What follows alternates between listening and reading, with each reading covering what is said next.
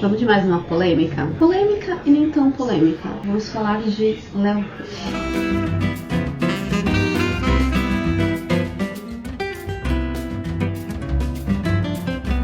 Filha do Murilo Ruff com Marília Mendonça. A criança tem 5 anos hoje. Uma criança linda que infelizmente tem diabetes tipo 1, que é uma doença extremamente complicada, porque eu convivo com um portador de diabetes tipo 1. E temos problemas com a mãe da Marília Mendonça e temos diversas polêmicas que estavam bombando aqui. E o que eu quero falar um pouquinho com vocês sobre as questões trabalhistas. Porque veio em voga agora a questão do seguro e tudo mais, que também são outras coisas ali, mas a gente precisa também falar sobre questões trabalhistas no seguinte sentido: como é que fica as verbas rescisórias desses funcionários que faleceram no voo? A verba rescisória desses funcionários que faleceram no voo junto com a Marília Mendonça, se for uma pessoa física, é de uma forma, se for pessoa jurídica, é de outra forma. Apesar de serem as mesmas verbas, os mesmos valores, por que modifica? Porque na pessoa física, normalmente, né, se ele for CLT, pessoa física, por exemplo, um doméstico, como é que vai funcionar? Normalmente é muito raro entrar com uma ação de consignação e pagamento. Um doméstico você já tem conhecimento de quem são os parentes e tudo mais, então você tem até uma certa facilidade ali para efetuar o pagamento. Quando você é empresa e você tem até um distanciamento com as pessoas, é mais interessante você fazer ação de consignação e pagamento. E o que você vai colocar na ação de consignação e pagamento? Quais são as verbas ali serem discutidas? Saldo de salário, 13º proporcional, férias proporcionais e se tiver férias vencidas. Esses valores vão ser pagos. Não tem aviso prévio porque o empregado faleceu. Liberação do fundo de garantia, ela vai ser através de alvará judicial, que a família vai entrar com ação de alvará judicial ou vai estar dentro do inventário daquela família, e não tem seguro-desemprego, ok? Nem desconto o aviso prévio e nem pagamento do aviso prévio. Essa é uma observação. No empregado doméstico também vai ser a mesma situação. A questão é que normalmente não tem corpo jurídico ali para informar, e como o empregador faleceu junto ali do doméstico, fica um pouco mais complicada a discussão, e normalmente, por conta de patrimônio, vai tudo pro inventário, porque no inventário, o herdeiro, no caso, o Léo,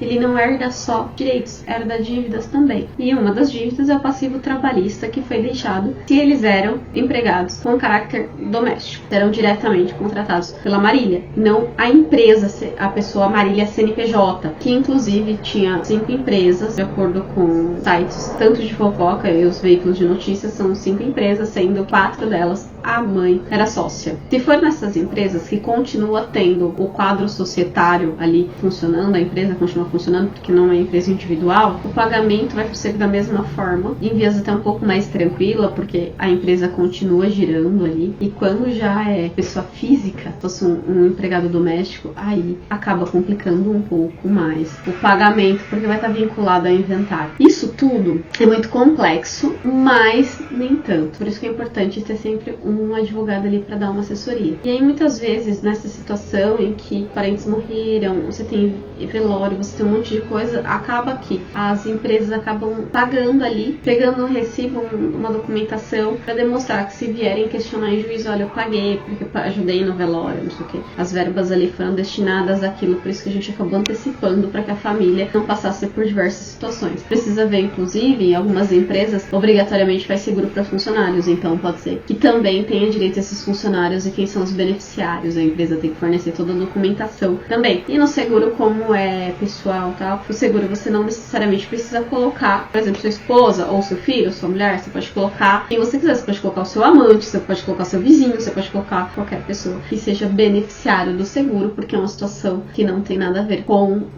a linha sucessória de herança. Por isso que é importante o advogado não ter só noção de uma área do direito. Você precisa ter noção de áreas do direito que também vão impactar na sua área de trabalho. Então, ter noção de família e sucessões é muito importante para o advogado trabalhista. Até mesmo para saber o pagamento das verbas rescisórias. Se, por exemplo, ele é doméstico e o empregador morreu, vai ocasionar ali, pode ser que demore para receber por conta da discussão no inventário. Se é uma pessoa jurídica e morreu um dos sócios, já é uma outra situação. Então, a gente sempre tem discussões ali muito pontuais e como é que pagar, para quem pagar, como é que funciona. A gente também vê isso relacionado à parte de família e sucessões. Quando a gente vai analisar um contrato de trabalho, a gente não analisa só o contrato de trabalho, analisa também na parte contratual civil. Acaba intercalando uma área de direito na outra. O direito, assim, direito penal, direito civil, direito trabalhista, direito tributário, direito não sei, acaba uma área interfere na outra. Sabiam, por exemplo, tô jogando informações aqui com vocês, né? O crime de bagatela, que é aquele crime assim, por exemplo, eu roubei uma carne pra eu poder comer. Eu ia pegar o exemplo do cara mais de mais não. Roubei uma carne pra eu comer.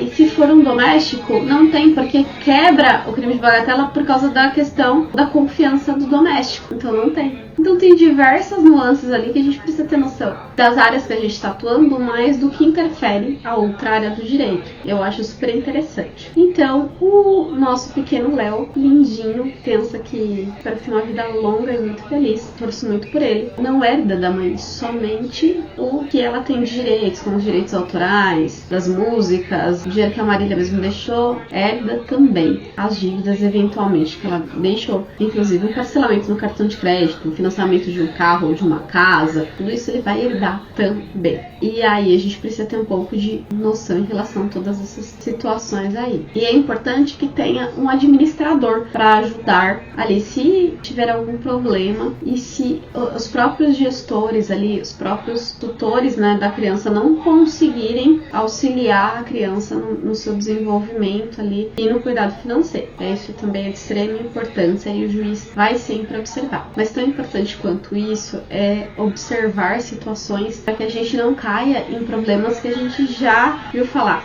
Quem é da minha época, a gente vai lembrar dos vídeos, eu fiz um vídeo sobre a Larissa Manoela, que é da minha época, que teve uma Macaulay, que ele foi emancipado, rompeu com a família, porque os pais dele estavam ficando com todo o dinheiro dele. E aí estava administrando equivocadamente o dinheiro dele, usando o dinheiro como se fosse deles e não do menino que estava conseguindo fruto do trabalho. Às vezes a gente confunde o apoio familiar, a estrutura familiar para desenvolvimento da pessoa com a obrigação de ajudar, e é completamente diferente. A obrigação de ajudar é do pai para o filho quando é menor de idade e do filho para o pai se o pai estiver em situação de vulnerabilidade e tiver com a vida ali sem poder ter fontes de renda. Aí são situações distintas que a gente fala. O dever de obrigação alimentar. Então, toda vez que a gente fala de situações, às vezes a gente fala de situações bem pequenininhas, ou que a gente foca numa situação, a gente precisa ver todas as vertentes e todas as áreas do direito intercaladas. Outra coisa que é super interessante quanto ao Léo, o Léo tem diversos funcionários, né? Porque o Léo tem psicólogo, o Léo tem babás, o Léo tem uma vida muito ativa. E essas pessoas, normalmente a gente não registra no nome da criança. A gente faz o registro no nome do pai, ou do gestor, do administrador, ou do tutor, né? Que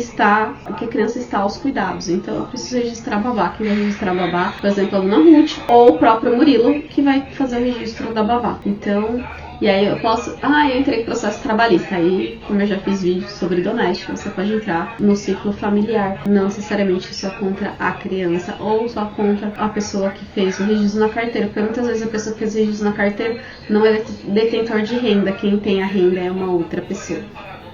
Tá? Doméstico tem características um pouquinho mais diferentes do que as outras áreas da trabalhista, os outros contratos de trabalho, as outras peculiaridades ali dos contratos de trabalho. Espero ter ajudado vocês com essas curiosidades. Se tiverem dúvidas, estou à disposição, mas procurem sempre um advogado, que é de extrema importância, e não se esqueçam de se inscrever nesse canal.